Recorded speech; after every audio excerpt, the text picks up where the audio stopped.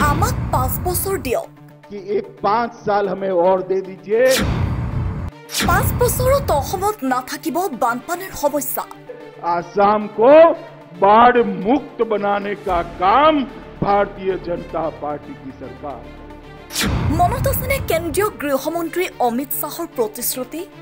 অসমৰ বানপানী একো সমস্যাই নহয় 5 বছৰত নোহোৱা হ'ব অসমৰ বান সমস্যা हम बाढ़ मुक्त आसाम का वादा किया A for Assam বুলি কোৱা প্ৰধানমন্ত্ৰী এতিয়া ক'ত আমাক মাত্ৰ 5 বছৰ সময় দিয়ক 5 বছৰৰ ভিতৰত নোহোৱা হৈ যাব অসমৰ বান সমস্যা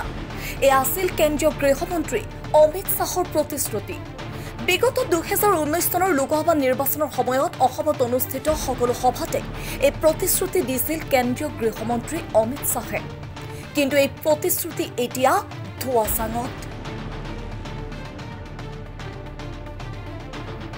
ৰাজ্যত এতিয়া বানৰ তাণ্ডৱ বিপদসীমাৰ ওপৰত আছে ৰাজ্যৰ প্ৰতিখন নৈ উপনৈ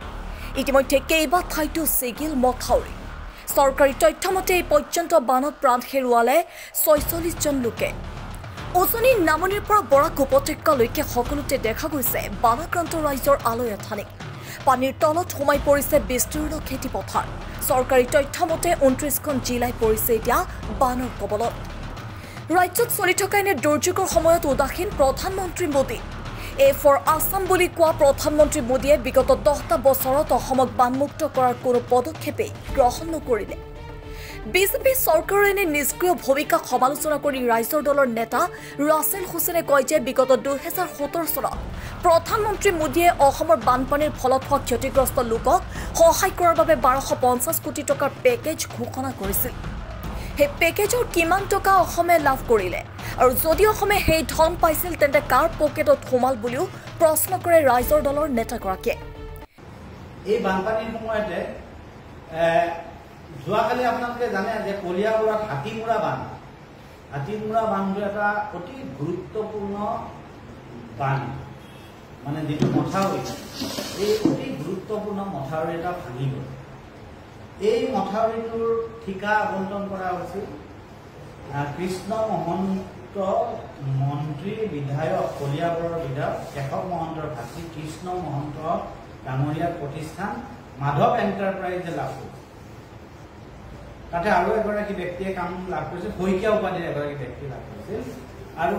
মন্ত্ৰী ভাতৃয়ে লাভ কৰা কামৰ পৰিমাণ আছিল 7,60,00,000 টকা তেওঁৰ নামত আবণ্টন দিয়া হৈছে কামটো তেওঁলোকে লাভ কৰিছে আবণ্টন নহয় তেওঁলোকে কামটো লাভ কৰিছে এলটমেণ্ট এই কামটোত মাত্ৰ 2খনে নিবিদা কৰা হৈছে তাৰমানে কি হৈছে যে চৰকাৰী পৃষ্ঠপোষকতা যেতিয়া ৰজাঘৰীয়া মানুহ ঠিকা দিয়া হয় তেতিয়াহ'লে আন ঠিকাদাৰবিলাকক টেণ্ডাৰ মাৰিবলৈ বাধা কৰা এইটো এটা আজিকালি মুকলি পৰম্পৰা বিশেষকৈ বিজেপি চৰকাৰৰ দিনত সেইকাৰণে 2খনে টেণ্ডাৰ নিবিদা কৰিছিল আৰু এই 2খন নিবিদাৰ ভিত্তিত এই কামটো দিয়া হৈছে আৰু একেজন ব্যক্তি মন্ত্ৰীৰ ভাতৃ কৃষ্ণ মহন্তৰ একেজন ব্যক্তিয়ে 2017 চনত এই হাতীমুৰা বান্ধটোৰ তেওঁ নিৰ্মাণ কৰাৰ পিছত ভাঙিছিল আৰু ইয়াত বহুত ডাঙৰ ইনকুৱাৰী হৈ গৈছিল প্ৰবল প্ৰতিবাদ হৈছিল হাজাৰ হাজাৰ মানুহ পানীৰ তলত প্লাবিত হৈ গৈছিল তাৰে ইনকুৱাৰী কি হ'ল তাৰে ইনকুৱাৰী ৰিপৰ্ট ক'ত তাৰে কি তদন্ত হৈছিল আৰু সেই যদি তদন্ত উচিত তদন্ত হৈছিল তাৰপিছত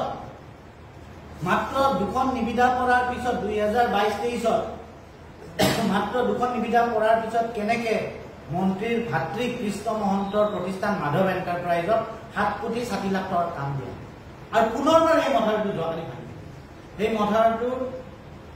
এম্বাৰ্কমেণ্ট আৰু ওপৰৰ যিখিনি পিটচিং এই কামটো মন্ত্ৰীৰ ভাতৃক দিয়া হৈছে ভাঙিলে এতিয়া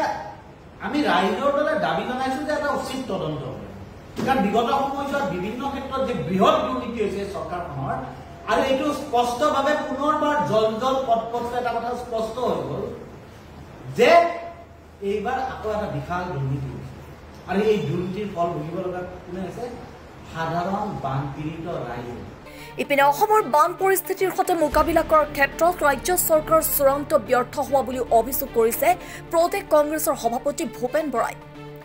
মুখ্যমন্ত্ৰী ডক্টৰ হিমন্ত বিশ্ব শৰ্মাই ৰাজ্যত বান পৰিস্থিতিৰ সৈতে মোকাবিলা কৰিবলৈ প্ৰশাসন সষ্টম হৈ থকা বুলি ক'লেও সেয়া বাস্তৱত দেখা নাই বুলি অভিযোগ কৰি ভূপেন বৰাই কয় যে মন্ত্ৰী পীযুষ হাজৰিকাৰ কথা ক'লে এনেকুৱা লাগে যে অসমত সকলো মথাউৰিৰ সমস্যা সমাধান হৈ গ'ল। কিন্তু দুৰ্ভাগ্য বিষয় যে প্ৰতিদিনে ক'ৰবাত নহয় ক'ৰবাত মথাউৰি ছিগি আছে। উল্লেখ্য যে মন্ত্ৰী কেশৱ মহন্তৰ ভাতৃয়ে ঠিকা লাভ কৰা হাতীমৰা মথাউৰিৰ নামত ইতিমধ্যে প্ৰায় 7,60 লাখ টকা খৰচ কৰা হ'ল। কিন্তু প্ৰতি বছৰে এই মথাউৰিটো ছিগি কলিয়াবৰৰ বিস্তীৰ্ণ অঞ্চল প্লাবিত হৈছে। কেন্দ্ৰ আৰু ৰাজ্য চৰকাৰৰ এনে খেমাখিৰ বাবে অসমৰ সৰ্বসাধাৰণ ৰাইজে প্ৰতি বছৰে এনেকৈ চিয়াটো ভুগিবলগীয়া হৈছে। এতিয়া প্ৰশ্ন হৈছে অসমক বানমুক্ত কৰিবলৈ চৰকাৰে কেৱল প্ৰতিশ্ৰুতিয়ে দি থাকিব নে কিবা পদক্ষেপ ল'ব? आने वाले दिनों में आसाम की सबसे बड़ी समस्या है बाढ़। मैं आज इस सभा के माध्यम से पूरे आसाम की जनता को आश्वस्त करने आया हूं कि 5 साल हमें और दे दीजिए, आसाम को बाढ़ मुक्त बनाने का काम भारतीय जनता पार्टी की सरकार करेगी। हमने सैटेलाइट इमेज से न केवल आसाम, पूरे नॉर्थ ईस्ट के इलाकों का एक सर्वे किया है और बाढ़ को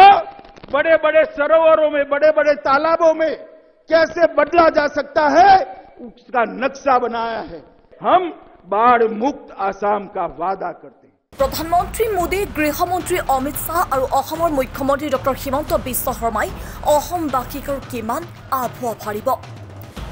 news desk report NV Live।